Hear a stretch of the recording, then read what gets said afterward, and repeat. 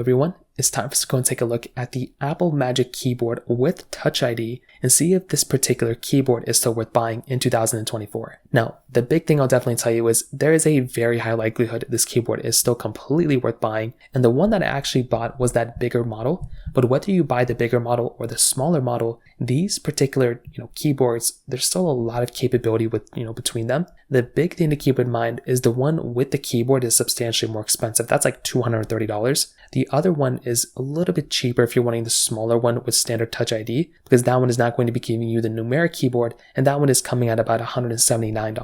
So these are very expensive keyboards. If you want to pick up either one of these particular keyboards though, links will be down in the description. You can get them from there and you can help support the channel at the exact same time. Now, the big thing to keep in mind with these particular keyboards is that realistically speaking, they're almost the exact same thing as the standard keyboard without Touch ID. All it's doing is bringing in that Touch ID functionality, which for a lot of people might be worth it. It might be worth it to spend that extra money to have that functionality, but I will probably tell you it's really not the biggest deal in the world. For me personally, if I'm going through and using a keyboard, I don't mind typing in my password and just kind of going down that direction. It's not the biggest deal in the world if I have to type in that password or whatever, but it is probably a big convenience factor if you can go through and just use that particular keyboard like that. I will tell you, if your work is paying for your laptop or your keyboard and all that stuff, you might as well just go for the most expensive one. But the thing I like a lot is the one with the numeric keyboard. It is actually a pretty big difference. Having those numbers on the side right there, that way you can just quickly use it as like a calculator or typing in numbers and all that stuff. It does kind of make it a little bit easier to actually utilize, and it gives you the full-size keyboard and a full-size other area.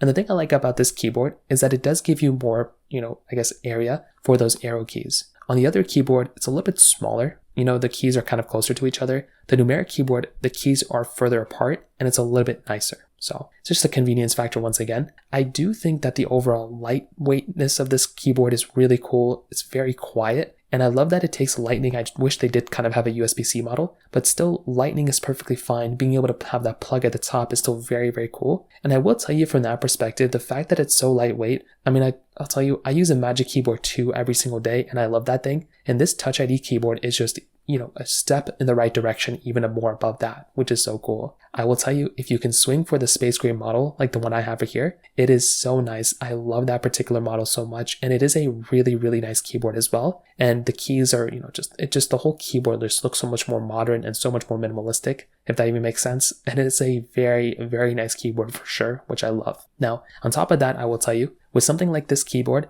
the biggest thing I will tell you is that this is a keyboard that's dedicated specifically for functionality and office type of work. If you're trying to game on this keyboard and do things like that, it's probably not going to be the best experience of all time. It's going to be kind of a basic experience for the most part. So I will tell you from that particular side, this keyboard's still very good from an office perspective. If you're programming, if you're doing things like that, it's very good. But if you're trying to compare this against a dedicated big thick keyboard with thick keys and all that, it's a silent keyboard, so it's not really going to make too much noise. So if you want a more click-clacky keyboard, then you might need to switch to a different one. But so far, my experience with this keyboard has been great. I love the space that this keyboard gives me, and I love that it does give me a lot of space across the board with it. And I haven't had any issues with battery life on any of my Apple keyboards or anything like that. They last for a very, very long amount of time. And if you have an Apple device, these types of keyboards make so much sense to go and pick up. So from that side, that kind of covers it up there. Still think they're completely worth buying for sure. If you have any other thoughts or questions, let me know in the comment section below. Hit the like button, that would mean so much, but definitely hit that subscribe button. More importantly than everything else, I love every single one of you guys. Hopefully I'll catch you guys in the next video. Peace out, till then.